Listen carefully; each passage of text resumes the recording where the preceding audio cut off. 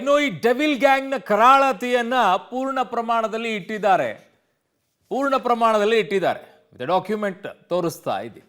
ಇದರಲ್ಲಿರುವಂತಹ ಪ್ರತಿಯೊಂದು ಅಂಶಗಳನ್ನ ಕೇಳಿದ್ರೆ ಇನ್ನು ಬಾಸ್ ಅಂತ ಕರಿತಿರೋ ಅಂತ ಗೊತ್ತಿಲ್ಲ ನನಗೆ. ಪವಿತ್ರ ಕೂಡ ಮಾತು ಕೇಳಿ ಹಾಳಾದ್ರ ದರ್ಶನ್ ಅಂತ ಹೇಳಿ ಕೊಲೆಗೆ ಅಭಿಮಾನಿ ಬಳಗ ಹಾಗೂ ಹಣಬಲ ಬಳಕೆ ಉಲ್ಲೇಖ ಆಗುತ್ತೆ. ಇದರಲ್ಲಿ ಕೊಲೆಯ ಕುಕೃತ್ಯದಲ್ಲಿ ಭಾಗಿಯಾಗಿದ್ದಾರೆ ದರ್ಶನ್, ಸ್ಪಷ್ಟವಾಗಿ ಹೇಳುತ್ತೆ. ಇದರಲ್ಲಿ ದರ್ಶನ್ ಭಾಗಿಯಾಗಿರೋದಕ್ಕೆ ಸಾಕಷ್ಟು ಸಾಕ್ಷಿ ಪುರಾವೆ ಇದೆ ಅನ್ನೋದನ್ನು ಉಲ್ಲೇಖ ಮಾಡಿದ್ದಾರೆ. ಕಾನೂನು ದುರುಪಯೋಗ ಪಡಿಸಿಕೊಂಡಿರೋದು ಸಾಬೀತು ಅನ್ನುವಂಥದ್ದನ್ನ ವ್ಯಾಖ್ಯಾನ ಮಾಡುತ್ತಾರೆ ಪೊಲೀಸರು. ಪೊಲೀಸರ ರಿಮ್ಯಾಂಡ್ ಕಾಪಿಯಲ್ಲಿ ಬೆಚ್ಚಿ ಬೀಳಿಸುವಂತಹ ಅಂಶಗಳಿವೆ, ಸ್ಪಷ್ಟವಾಗಿ ಹೇಳುತ್ತಾರೆ. ಇದರಲ್ಲಿ A2 ಆರೋಪಿಯು ತನ್ನ ಹಣ ಮತ್ತು ಇತರೆ ಆರೋಪಿಗಳನ್ನು ಒಳಗೊಂಡ ತನ್ನ ಅಭಿಮಾನಿ ಬಳಗವನ್ನ ಬಳಸಿಕೊಂಡು ಕೃತ್ಯದಲ್ಲಿ ಭಾಗಿಯಾಗಿ ಹಾಗೂ ಭಾಗಿಯಾಗಿಸಿ ನೆಲದ ಕಾನೂನನ್ನ ದುರುಪಯೋಗ ಪಡಿಸಿಕೊಂಡಿರುವುದು ಸಾಕ್ಷ್ಯಾಧಾರಗಳಿಂದ ಕಂಡುಬರುತ್ತೆ.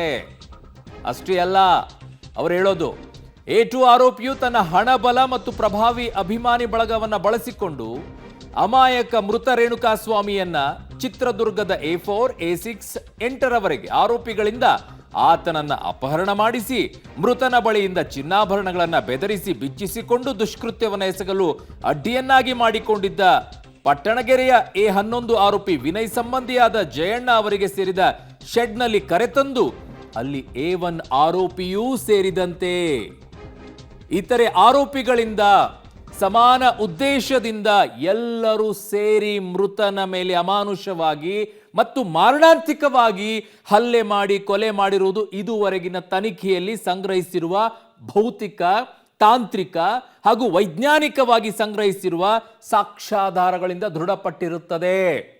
This is remand ಕಾಪಿಯಲ್ಲಿ.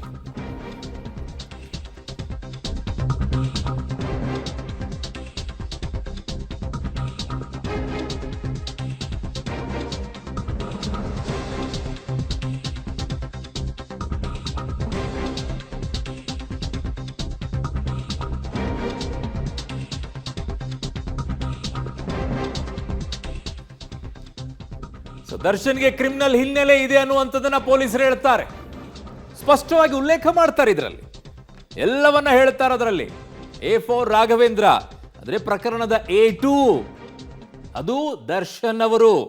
A4 remand ಕಾಪಿಯ 6ನೇ number ಅನ್ನ ನೀವು ನೋಡ್ತಾ ಇದ್ರೆ ಪಾಯಿಂಟ್ ನಂಬರ್ 6 ಅಲ್ಲಿ ಹೇಳ್ತಾರೆ, ಪ್ರಕರಣದ A2 ಆರೋಪಿ 2, ಆರೋಪಿ 4, ಆರೋಪಿ 15, ಆರೋಪಿ 16 ಅವರು ಕ್ರಿಮಿನಲ್ ಹಿನ್ನೆಲೆ ಉಳ್ಳವರಾಗಿರುತ್ತಾರೆ.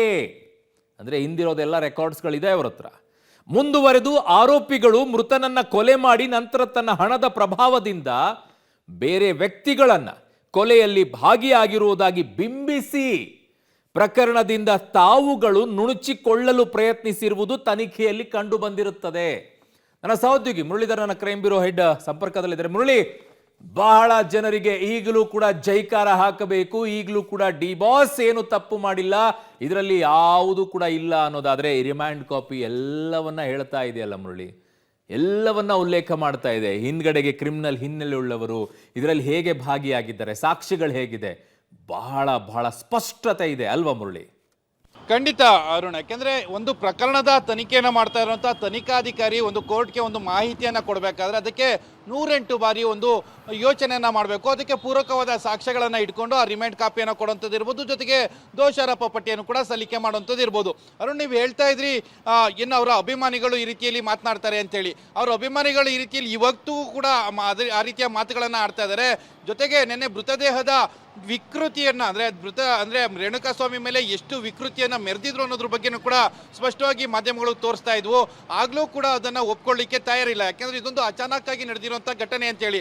ಆದರೆ ಇವತ್ತಿನ ರಿಮೈಂಡ್ ಕಾಪಿಯಲ್ಲಿ ಇದೆ, ರಿಮೈಂಡ್ ಕಾಪಿಯಲ್ಲಿ ಅವರು ಉಲ್ಲೇಖವನ್ನು ಮಾಡ್ತಾ ಹೋಗ್ತಾರೆ. ಈ ಎಲ್ಲ ಆರೋಪಿಗಳು ಕೂಡ ಅಂದರೆ ಒಂದಷ್ಟು ಜನ ಆರೋಪಿಗಳ ಹೆಸರನ್ನು ಉಲ್ಲೇಖವನ್ನು ಮಾಡ್ತಾರೆ. A2 ಆರೋಪಿ ದರ್ಶನ್, A4 ಆರೋಪಿ ರಾಘವೇಂದ್ರ, ಜೊತೆಗೆ A16 ಆರೋಪಿ. ಈ ರೀತಿಯಲ್ಲಿ ಆರೋಪಿಗಳು ಕ್ರಿಮಿನಲ್ ಬ್ಯಾಕ್ಗ್ರೌಂಡನ್ನು ಇಟ್ಕೊಂಡಿದ್ದಾರೆ. ಕ್ರಿಮಿನಲ್ ಬ್ಯಾಕ್ಗ್ರೌಂಡನ್ನು ಇಟ್ಕೊಳ್ಳೋದ್ರ ಜೊತೆಗೆ ತನ್ನ ಅಭಿಮಾನಿಗಳನ್ನು, ತನ್ನ ಮೇಲಿರುವಂಥ ಅಭಿಮಾನವನ್ನು ದುರುಪಯೋಗ ಪಡಿಸ್ಕೊಂಡು ತನ್ನ ಅಭಿಮಾನಿಗಳನ್ನು ಬಳಸ್ಕೊಂಡು ಒಬ್ಬ ವ್ಯಕ್ತಿಯ ಹತ್ಯೆಯನ್ನು ಮಾಡಿದ್ದಾರೆ ಅಂತೇಳಿ ತನ್ನ ಆ ರಿಮೈಂಡ್ ಕಾಪಿಯಲ್ಲಿ ಉಲ್ಲೇಖವನ್ನು ಮಾಡುವಂಥದ್ದು. ಆ ಅಭಿಮಾನಿಗಳು ಯಾರ್ಯಾರು ಅಂದರೆ ರಾಘು, ಜಗ್ಗ, ಅನು ಜೊತೆಗೆ ಇನ್ನೊಬ್ಬ ಏನಿದ್ದ ತಪ್ಪಿಸ್ಕೊಂಡಂತ ಆರೋಪಿ ಆತನು ಕೂಡ ರಾಜು ಅಂತ ಹೇಳಿ ಆಲಿಯಸ್ ಧನರಾಜು ಅಂತ ಹೇಳ್ತಾರೆ. ಇವರೆಲ್ಲರೂ ಕೂಡ ಆತನ ಅಂಧ ಅಭಿಮಾನಿಗಳು. ಅವರು ದರ್ಶನ್ ಅವರು ಹೇಳಿದ್ದಾರೆ, ದರ್ಶನ್ ಅವರ ನೇರ ಸಂಪರ್ಕವೇ ಅವರಿಗೆ ಇರಲಿಲ್ಲ, ರಾಘವನ್ನ ಹೊರತುಪಡಿಸಿ ನೇರ ಸಂಪರ್ಕವೇ ಅವ್ರಿಗೆ ಇರಲಿಲ್ಲ.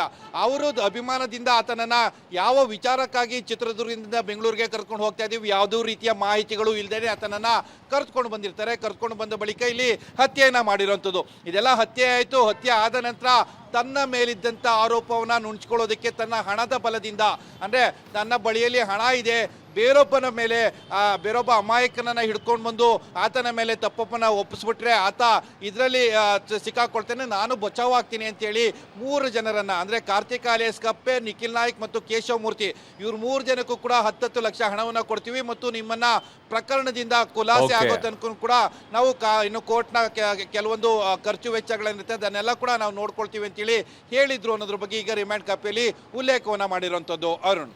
ಓಕೆ ಮುರಳೀಧರ್, ನಿಮ್ಮೆಲ್ಲ ಮಾಹಿತಿಗೆ ಧನ್ಯವಾದಗಳು.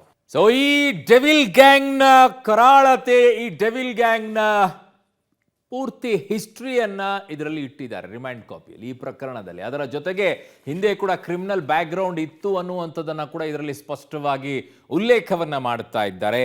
ದಟ್ ಮೀನ್ಸ್ ಈಗಲೂ ಕೂಡ ನೀವು ಬಾಸ್ ಅಂತ ಕರಿತೀರಾ, ಜೈಕಾರ ಹಾಕ್ತೀರಾ, ಕರ್ಕೊಳ್ಳಿ, ತಪ್ಪೇನಿಲ್ಲ, ಕರ್ಕೊಳ್ಳಿ. ಇದನ್ನು ನೋಡಿದ ಮೇಲೂ ಕೂಡ